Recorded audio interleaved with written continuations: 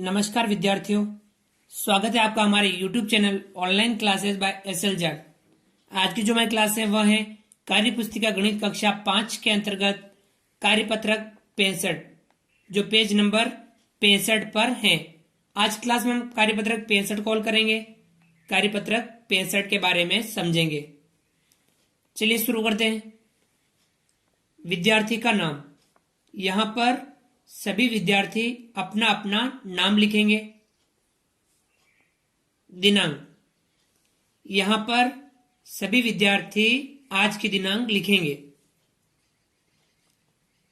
इस कार्यपत्रक 65 के अंतर्गत अधिगम क्षेत्र मापन की समझ, जिसमें हम परिमाप एवं क्षेत्रफल के बारे में अध्ययन कर रहे थे, इसी के अंतर्गत अधिगम बिंदु, क्षेत्रफल एवं परिमाप को समझकर अनुप्रयोग करना।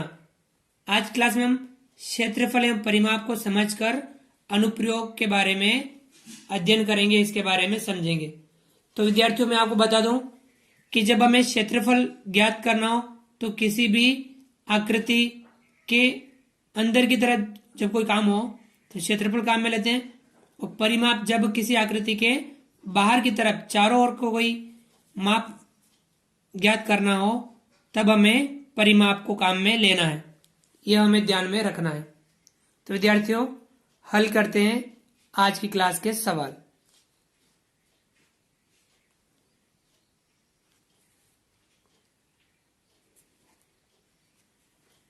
सवाल नंबर 1 हल कीजिए। इसमें जो पहला सवाल है, एक वर्गाकार रुमाल के चारों ओर गोटे की लंबाई 60 सेमी है।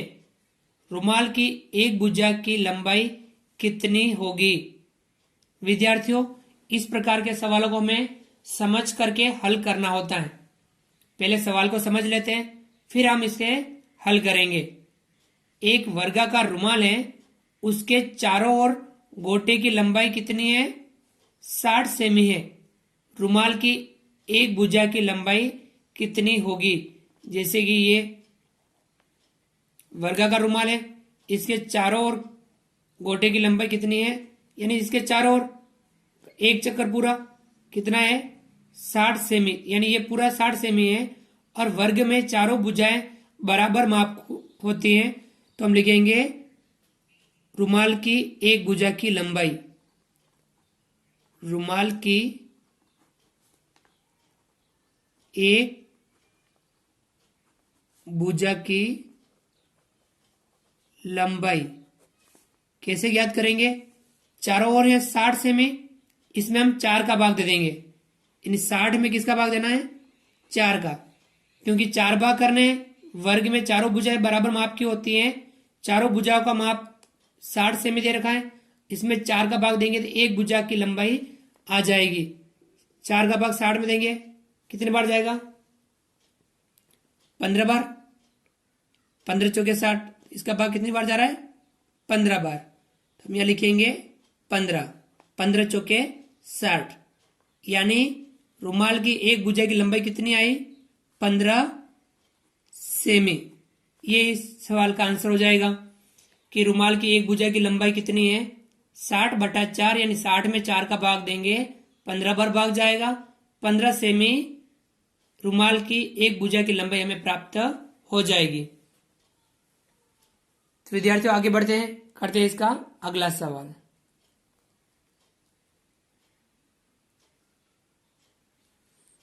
सवाल नंबर पहले का दूसरा, एक कमरे के फर्श की लंबाई 12 मीटर एवं चौड़ाई 8 मीटर है। इस कमरे में कितने क्षेत्रफल वाली दरी बिछाई जाए कि वह कमरे के फर्श को पूरा पूरा ढक ले? अब फर्श को ढकना है, कमरे की लंबाई है 12 मीटर, चौड़ाई है 8 मीटर, तब हमें इसका फर्श का क्षेत्रफल ज्ञात करना होगा। फर्श को ढकना है, यानी हमें फर्श का क्षेत्रफल ज्ञात करना होगा। कमरे के फर्श का क्षेत्रफल, कमरे के फर्श का क्षेत्रफल कितना होगा? कमरा किस प्रकार का आयताकार है, तो लंबाई गुणा चौड़ाई, लंबाई का गुणा चौड़ाई से करेंगे। लंबाई है 12 मीटर, तो 12 का गुणा 8 से करना है, 8 चौड़ाई है, 12 अट्टे 96, 12 का गुणा हम 8 से करेंगे, 12 अट्टे कितना होगा 96, मीटर में दे रखा है। और क्षेत्रफल हमेशा वर्ग में आता है, तो वर्ग मीटर। कितना है कमरे का फर्श का क्षेत्रफल 96 वर्ग मीटर। अर्थात इस कमरे में कितने क्षेत्रफल वाली दरी बिछाई जाए कि वह कमरे के फर्श को पूरा पूरा ढक ले। तो दरी का क्षेत्रफल कितनी दरी का क्षेत्रफल, जो कमरे के फर्श का क्षेत्रफल है वो किसका हो जाएगा, इतनी हमें दरी की आवश्यकता होगी। 96 वर्ग मीटर दरी की आवश्यकता होगी, जो उस कमरे के फर्श को पूरा पूरा ढक लेगी। यह हमें ध्यान रखना है कि कब हमें क्षेत्रफल ज्ञात करना है और कब हमें परिमाप ज्ञात करना है। चलिए विद्यार्थियों, यह था आपके दूसरा सवाल। आगे बढ़ते हैं और करते हैं इसका अगला सवाल। सवाल नंबर 3। मधु 35 मीटर भुजा वाले एक वर्गाकार बगीचे के चारों ओर प्रतिदिन प्रातः भ्रमण कर एक चक्कर लगाती है। एक सप्ताह में वह कितने किलोमीटर चली। अब हमें ध्यान रखना है कि एक सप्ताह में सवाल को ध्यान से पढ़ लेते हैं। मधु 35 मीटर भुजा वाले एक वर्गाकार बगीचे के चारों ओर प्रतिदिन प्रातः भ्रमण कर एक चक्कर लगाती है, यानी रोज वो कितने चक्कर लगाती है। ये वर्गाकार जो आपके बगीचा है इसके चारों ओर वह चक्कर लगाती है, रोज एक चक्कर लगाती है। इसकी भुजा कितनी है 35 मीटर। 35 मीटर भुजा वाले इस वर्गाकार बगीचे के वह रोज एक चक्कर लगाती है। अब हमें एक सप्ताह में वह कितने किलोमीटर चली। अब एक सप्ताह का निकालना है, यानी 7 दिन में वह कितनी चली। पहले तो हम निकालेंगे बगीचे का परिमाप, ताकि एक चक्कर हो जाएगा। बगीचे का परिमाप वर्गाकार है, तब हमें 4 गुणा भुजा, यानी भुजा का जो माप है उसे हम 4 से गुणा कर देंगे। भुजा का माप कितना है 35 मीटर। 35 मीटर का हम 4 से गुणा कर देंगे। 35 मीटर का 4 से, 4 का गुणा हम 35 से करेंगे।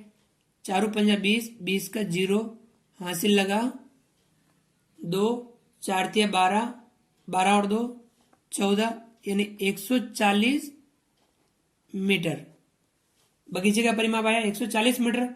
अब वह रोज एक चक्कर लगाती है, यानी 140 मीटर रोज चलती है, तो एक सप्ताह में कितने चलेगी। मधु एक सप्ताह में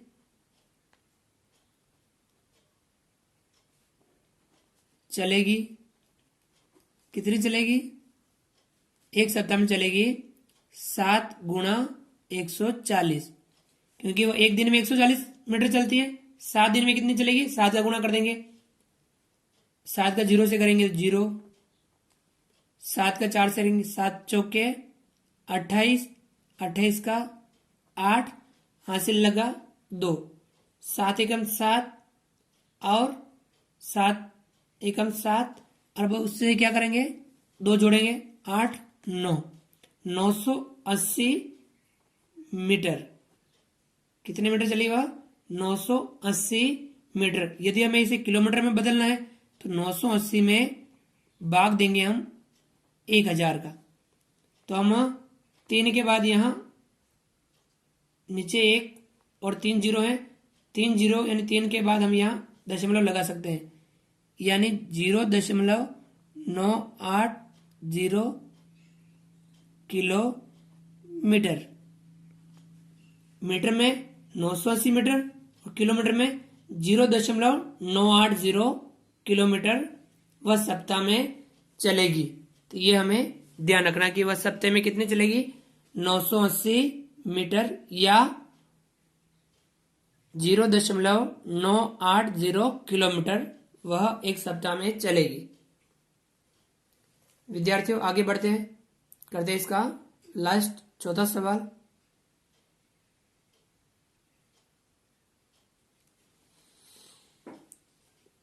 एक आयताकार चौक की लंबाई 25 मीटर एवं चौड़ाई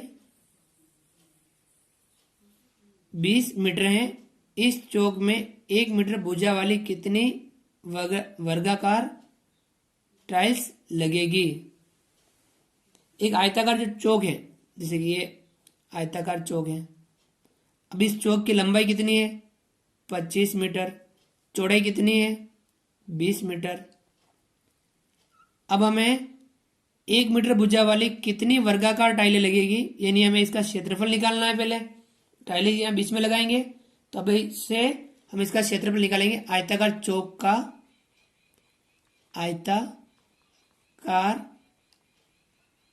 चौक का क्षेत्रफल बराबर लंबाई गुणा चौड़ाई। लंबाई का गुणा चौड़ाई से करेंगे, लंबाई है 25, चौड़ाई है 20। 25 का गुणा 20 से करेंगे, 25 का गुणा 2 से करें, 25 दूनी 50 और 1 जीरो लगा देंगे, 500 वर्ग मीटर। अब इसमें ये वर्ग मीटर यानी 1 मीटर भुजा वाला वर्ग कितने हैं? 500। अब ये भी लिख सकते हैं कि टाइलें लगेगी 1 मीटर भुजा वाली टाइल्स लगेगी। कितने टाइल्स लगेगी? इसमें 500 टाइल्स। देखो वर्ग में है, वर्ग मीटर, और ये पूछ रखा है 1 मीटर भुजा वाली, यानी 1 वर्ग मीटर वाली कितनी टाइलें लगेगी? इसमें हम 1 का भाग देंगे, कितना आएगा? 500। तो कितनी टाइलें लगेगी? 500 टाइलें लगेगी। 500 वर्ग मीटर में हम 1 भुजा वाले जो वर्ग मीटर हैं, 1 इंटू 1 बराबर होगा 1 वर्ग मीटर।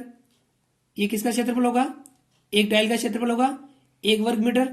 अब हम इसमें 500 में इसका भाग देंगे, 500 बटा 1। 500 में 1 का भाग देंगे तो कितना आ जाएगा? 500 टाइलें। टाइलों की संख्या ज्ञात करनी है तो हम इस प्रकार से ज्ञात कर सकते हैं। तो 500 टाइलें लगेगी, ये हमारे इसका आंसर होगा। तो विद्यार्थियों, इस प्रकार से हमने आज की क्लास में परिमाप एवं क्षेत्रफल के अनुप्रयोग के बारे में अध्ययन किया, उनके बारे में समझा। आप भी कार्यपत्रक में इन सवालों का अभ्यास कीजिए और इस प्रकार के सवालों को आप अपनी किताब में से भी हल करने का प्रयास कीजिए। आप हमारे इस वीडियो को लाइक कीजिए। यदि आपने अभी तक हमारे इस YouTube channel online classes by SL Jat को सब्सक्राइब नहीं किया है तो नीचे दिए गए लाल रंग के सब्सक्राइब बटन को दबा करके हमारे इस YouTube चैनल को सब्सक्राइब कीजिए। बेल आइकन ऑल नोटिफिकेशन के लिए दबाइए ताकि आप तक हमारे लेटेस्ट वीडियो सबसे पहले पहुंच पाए। आप अधिक से अधिक विद्यार्थियों तक हमारे वीडियो शेयर जरूर कीजिए। मिलते हैं अगली क्लास में नए वीडियो नए कंटेंट के साथ में। तब तक के लिए थैंक यू, धन्यवाद। जय हिंद, जय भारत। आपका दिन शुभ रहे।